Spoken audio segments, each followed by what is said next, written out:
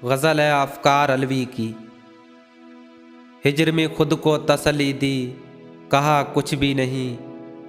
हिज्र में खुद को तसल्ली दी, कहा कुछ भी नहीं। दिल मगर हंसने लगा, आया बड़ा कुछ भी नहीं। हम अगर सब्र में रहते हैं तो क्या कुछ भी नहीं। हम अगर सब्र में रहते हैं तो क्या कुछ भी नहीं। जाने वालों कभी आ देखो, बचा कुछ भी नहीं।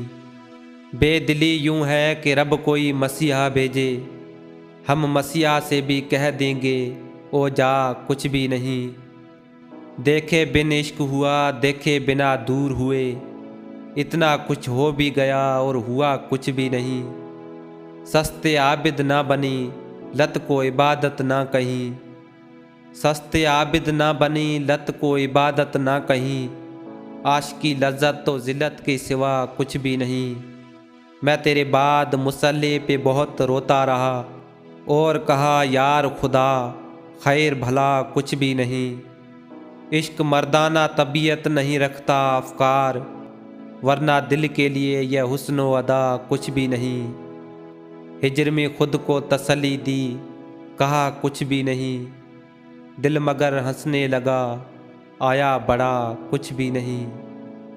दोस्तों वीडियो को लाइक करें, चैनल को सब्सक्राइब करें और बेल आइकन को दबाएं ताकि हर आने वाली वीडियो आप तक पहुंचती रहे।